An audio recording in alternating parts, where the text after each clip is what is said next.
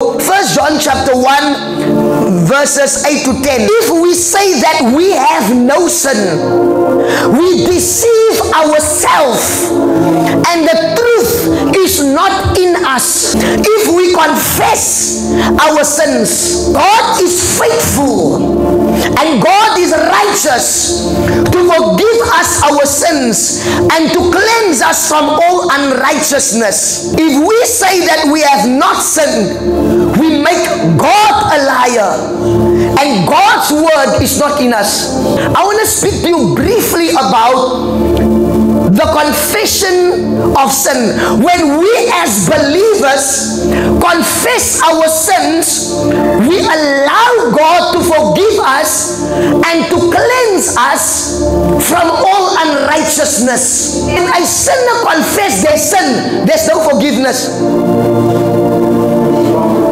You must first be a child of God before you have access to the forgiveness of God. Are saved by, so grace has saved you, but it doesn't mean that now that you are saved by grace, automatically you are not able to sin anymore. And so what God now has initiated as a benefit to the child of God is the gift called confession of sin. So when you are saved by grace, you qualify to confess your sin before God and be forgiven and cleansed from all unrighteousness. I don't know if you're with me here. Sin has the ability to disconnect us from the presence of God. Sin has the ability to stop us from receiving from the power and the grace of God. The devil uses the information of our sin to set up strongholds in our mind in order to stop the seed of God's word from renewing and transforming our mind. God gave us a gift called confession of sin. Therefore, whenever we confess our sin before God, He does not only forgive us, but He also breaks the power, the bondage, and the stronghold that came as a result of that sin. Isn't that beautiful? Sin comes and then it sets strongholds. Sin comes and then it brings bondage. Sin comes and then it brings a power over you that wants to dominate you and that wants to dictate the way that you live in life. And then God says, don't worry, just come before me in humility, just come before me in brokenness, just come and repent, just come and confess. And as you confess, God forgives you. He breaks the bondage, He breaks the hold, He breaks the stronghold, He breaks the powers of darkness over your life.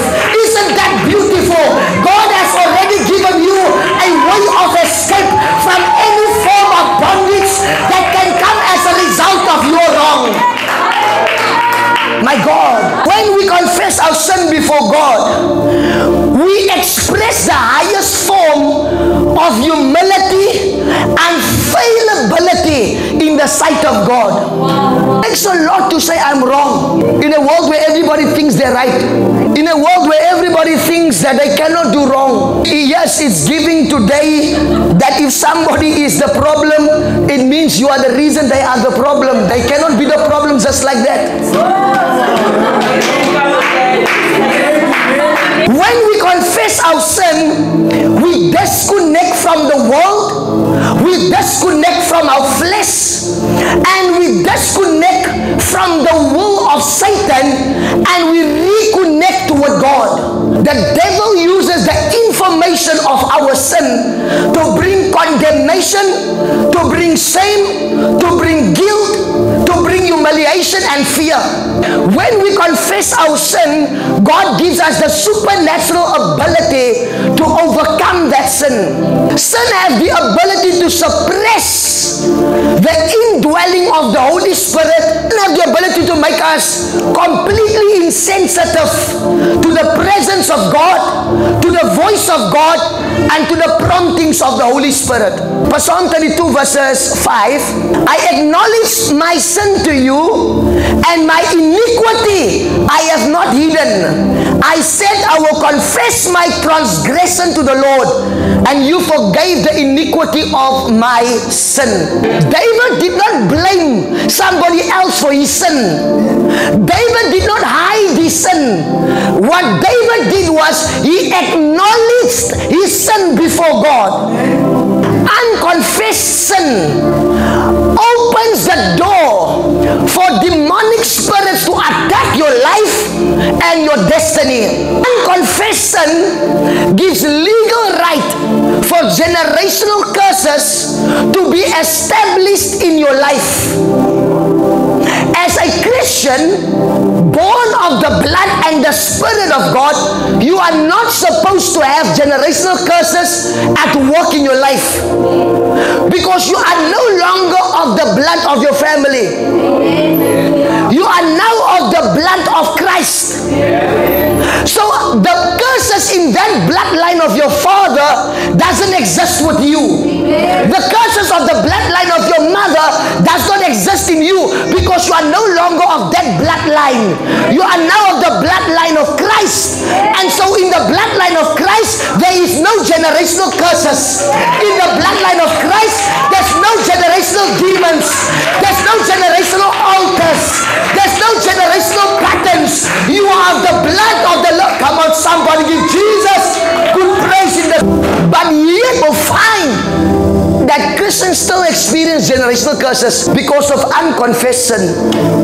As I'm talking, I pray that you do introspection. As I'm talking, I pray that you look within. Say, Holy Ghost, here I am today.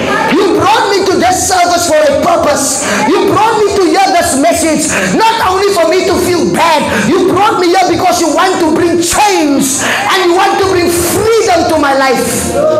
Unconfessed sin causes physical, emotional, and mental sickness. Unconfessed sin causes poverty and lack to rule your life. Unconfessed sin suffocates your faith in God, and it causes spiritual death. Oftentimes, the sin that plagues the believer are not physical or external, but rather internal, and that is why it is dangerous. We will find that many Christians, they harbor thoughts of lust on the inside. You will find that many Christians, they harbor thoughts of jealousy towards others, envy towards others on the inside. You will find that many Christians, they harbor thoughts of anger and unforgiveness on the inside. You will find that many Christians, they harbor feelings and thoughts of insecurities, feelings of bitterness and offense towards others easily. But if you look at that Christian, you will discover they still pray. You will discover they still go to church. You will discover they still give. And they will wonder, why am I praying but my life is going nowhere? Why am I praying but my life is not going forward? Eventually they say to themselves, it's not about prayer. It's not about prayer, it's about your heart. There's no evil like a self-righteous person, because they will commit an evil feeling and thinking that they are right. If we as believers do not confess our sins before God, we rob ourselves of God's forgiveness and sanctification. The Bible tells us the arm of the Lord is not too short to save you, and his ear is not too heavy to hear you, or too deaf that he cannot hear you. But your sin have separated you from your God. So God wants to save. God wants to deliver. God wants to show you favor. God wants to answer your prayer. God wants to bring solution. He wants to bring breakthrough to your life. But it says the reason why God cannot reach you, it is because of sin.